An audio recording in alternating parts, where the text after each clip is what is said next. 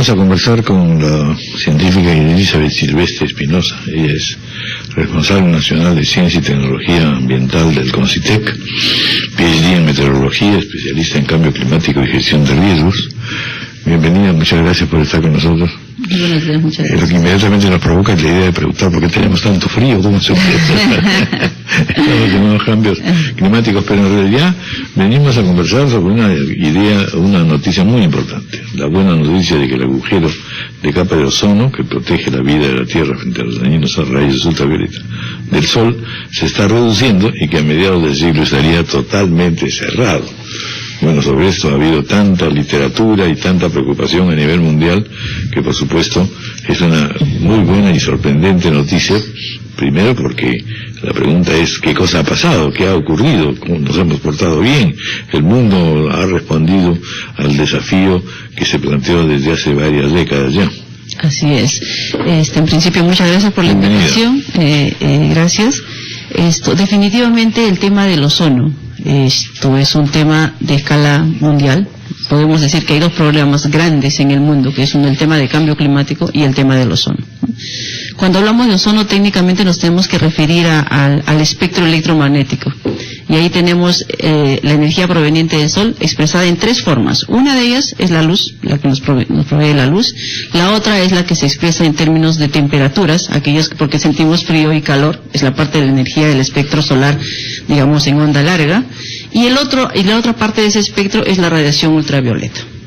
Entonces, la radiación ultravioleta, si llegara directamente a nosotros, sería realmente sería un grande problema para nosotros en términos que ya sabemos el cáncer principalmente a la piel. Felizmente la naturaleza ha creado esta capa de ozono que está a niveles de 15 kilómetros, varía entre 15 kilómetros a 50 kilómetros de altura, que es un filtro de la energía ultravioleta. Entonces eso nos permite que estamos protegidos. Lo que ha sucedido es que esta capa tiene un comportamiento de más denso en la zona ecuatorial y más fina en las zonas polares. Pero la circulación siempre pues hace que sintamos ese efecto de la radiación. Y a través del tiempo esa capa ha ido adelgazándose más aún, y por eso se le llamaba el agujero de ozono. El año 80 se hizo una medición sobre cuál era la espesura y la disminución de la cantidad de ozono, y se detectó que, obviamente por reacciones químicas, los CFCs, que son los que desintegraban el ozono, que es una molécula de 3 oxígenos, en dos. Y entonces estábamos perdiendo la capa de ozono ubicada a esas alturas. Y el agujero de ozono se estaba haciendo cada vez más extenso y la capa más fina. Se tomaron medidas, uno de ellos es en el famoso Acuerdo de Montreal, donde se dice, pues no usemos más CFCs, principalmente aquellos sprays relacionados con la parte de frío, la parte de agricultura, que era la que más usaba ese elemento. Y bueno, una sigla que no todo el mundo los conoce. Clorofluorocarbonados. Que es el cloro, claro, que contiene, entre todos los sprays que causan un poquito de frío, contienen esos famosos CFCs, los clorofluorocarbonados. Entonces, lo que ha sucedido es que a raíz de ese Acuerdo de Montreal, el mundo entero ha dejado de usar los CFCs. Y la última medición que se ha hecho por científicos últimamente nos ha mostrado que esta capa, este agujero, ha disminuido en tamaño, y por lo tanto tendríamos un mayor ¿En qué proporción? ¿En qué tamaño? Se dice de 4 millones 4 millones en metros cuadrados en espacio, pero eso comparado con el grande espacio es como decir un 1% de 10 metros, digamos, ¿no? Pero eso es importante, porque el espectro es a nivel de toda la capa atmosférica, y estamos hablando de un porcentaje de toda esa ¿Qué tamaño tiene entonces? La capa es todo el globo, o sea, si nosotros hablamos comparando con el territorio, digamos, ¿cuántos? Si hablamos del Perú, de 1.285.000 kilómetros cuadrados, que es el área del Perú, estaríamos hablando, por ejemplo, de una región, una localidad, digamos, digamos, Ica, provincia, no Ica, región. Pero eso es importante. Eso es muy importante porque la energía se transmite a través de ondas. Entonces, tener una reducción de ese nivel es bastante. Y en reacciones químicas, sobre todo, porque la reacción química puede ocurrir en... Ahora, lo interesante es cómo se logró esto a nivel mundial. Es decir, ¿cómo se acató las medidas, digamos, para no producir? Exactamente, eso es lo interesante, debido a que para que se tome una medida de esas debe haber un soporte científico. Y entonces ahí se resalta la importancia de la ciencia. La ciencia ha identificado que hay un proceso químico que involucra la disminución del agujero de ozono por una interacción química entre el ozono y el CFC. Por lo tanto, probado eso, escrito, publicado a nivel internacional, es algo que no se puede refutar, porque el científico está justamente para decir qué es lo que pasa y buscar las soluciones. Entonces, a raíz de ese descubrimiento científico, realizado por científicos y publicados, es que nosotros, el mundo entero, adopta esa medida y pues se comienza a hacer el proceso de la reducción. Y lo que está ocurriendo ahora justamente también es que los científicos hacen la medición y dicen, esto se está reduciendo. Entonces, lo que quiero resaltar es que la importancia del rol del científico para tomar estas decisiones de gran importancia. ¿Y por qué se reduce más la capa de ozono, el agujero es mayor o la radiación es mayor, por ejemplo, en zonas como Arequipa? ¿Tiene que ver, es el lugar donde usas el spray o ahí donde contaminas no necesariamente ese es el hueco? No. El asunto es, como decía, la capa de ozono varía entre 15 y 50 kilómetros.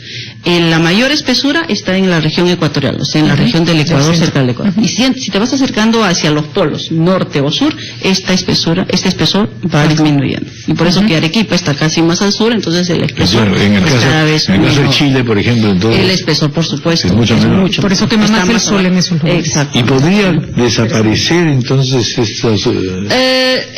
Lo que pasa es que además de que nosotros podamos hacerlo desaparecer por los CFCs, hay un proceso natural de recuperación, por eso es que no está desapareciendo, pero sí es un peligro porque si esta capa se hace más delgada, la mayor incidencia de radiaciones ultravioleta llega a la superficie. Ese es el peligro. Ya es una buena noticia que se reduzca este agujero porque habrá menos cáncer a la piel, pero díganos, ¿tiene otras consecuencias sobre el cambio climático global, por ejemplo? A ver, hay dos cosas que debemos entender respecto al ozono, ¿no? Hay el ozono troposférico, que es aquel ozono que está cerca a nosotros, que ese es el ozono dañino, es aquel ozono de la contaminación atmosférica, es aquel ozono que ataca principalmente a las vías respiratorias, a los pulmones, y eso es producido, por ejemplo, conocemos bastante el smog del ozono. Eso es muy perjudicial, por ejemplo, para la vista, que muchos creemos que al mediodía cuando vemos la luz o el sol nos incomoda los ojos, se nos irrita, eso es contaminación de ozono. Ese es el ozono dañino. El otro ozono, que es el ozono estratosférico del cual estábamos hablando, ese es el ozono, digamos, sano, es el que nos protege de la radiación ultravioleta. Entonces hay que diferenciar. Cuando hablamos de cambio climático, nos remitimos al comportamiento de la atmósfera baja, abajo de los 15 kilómetros. Entonces, en cambio climático tenemos que analizar ese contexto. Y entonces, los efectos del cambio climático, principalmente para nuestra región, están sustentados en los cambios de los eventos extremos. Esto es, cambios de temperaturas, cambios de precipitaciones. Y entonces, si eso lo relacionamos con el comportamiento atmosférico y la contaminación ambiental, podemos decir que podría haber mayor concentración de estos contaminantes próximos a nosotros. Un aspecto importante, por ejemplo, con respecto a lo que mencionaba Raúl del frío, sabemos que los contaminantes, cuando hace más frío, estos se ponen más densos y por lo tanto bajan más cerca a la superficie. Entonces estaríamos respirando mayor contaminación. Esto lo llevamos al cambio climático. Si esto se intensificara, porque el cambio climático está haciendo eso, entonces tendríamos más contaminación próxima a nosotros. Interesante. Esa es la relación. Bueno, además, anunciarnos usted el lanzamiento de un programa, Cintia. Sí, Raúl.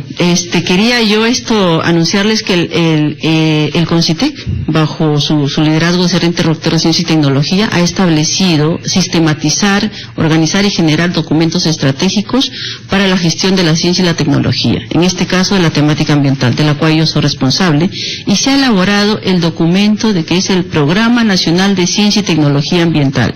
En este documento se están mencionando las prioridades nacionales en investigación científica para atender a los desafíos en la temática ambiental.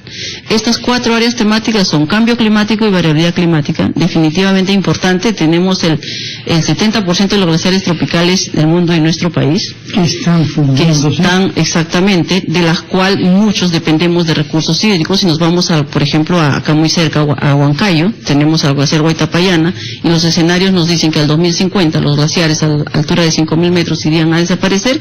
Pensamos en Huancayo, que es una ciudad que depende directamente del agua que proviene de los glaciares en época de secano. Son trabajos, digamos, investigaciones de larga data para su resolución. Definitivamente. Necesitamos, en este documento estamos diciendo que cambio climático no se remite solamente a 40 años de información, porque definitivamente no lo es, sino información que tiene que provenir inclusive de muchas décadas, y para eso estamos incluyendo el tema de la paleoclimatología. Necesitamos entender series largas de información para poder entender y decir algo como que lo del ozono nos afecta, y decir algo como qué nos afecta, cuál es el impacto en cambio climático, y gestionar. Eso decimos en este documento. El otro tema importante es el tema de la calidad ambiental, focalizado en tema de residuos sólidos, líquidos y gaseosos. Estamos diciendo, por ejemplo, tenemos estándares de calidad ambiental en el Perú, pero no son sustentados con resultados científicos en nuestra región. Tenemos una región altamente topográfica, mega diverso, etcétera, pero los estudios científicos no han hecho que tengamos esos estándares, sino usamos estándares internacionales. Este documento dice, usemos los estándares nacionales, y para eso promovamos el desarrollo de una investigación que sustente estos estándares en el tema de calidad. El otro tema es el tema de ecosistemas y recursos naturales. Definitivamente tenemos muchas áreas naturales que están siendo degradadas, están siendo perdidas, y hay que establecer sistemas de recuperación. Basadas en métodos científicos, estos sistemas de recuperación pueden ser replicados. Y como lo hemos visto lo del ozono, si algo lees que es hecho por un científico, simplemente lo adoptas. Y eso es lo que buscamos en este documento. Lo que se necesita, sin duda, por todo lo que usted nos viene diciendo, es una campaña mucho más extensa, que todos los legos puedan más o menos enterarse de en qué estamos. Así es. Y decirte, el último tema es gestión de riesgos. Está hablando del frío, tenemos una zona altamente volcánica en la región sur del país, somos un país altamente sísmico, han desaparecido ciudades por movimientos en masa propios, dinámicos del suelo, y nosotros no hemos hecho gestiones ni hemos prevenido porque no estamos estudiando científicamente estos aspectos, y ese es el cuarto tema incluido. Y para decirte sobre la campaña, es que realmente tenemos solo en el Perú 1.065 investigadores, publicaciones ambientales, de los 15.000 en total. Y eso nos pone en un récord inferior a los países vecinos en Latinoamérica. Significa entonces que necesitamos promover, y la temática ambiental es de importancia internacional.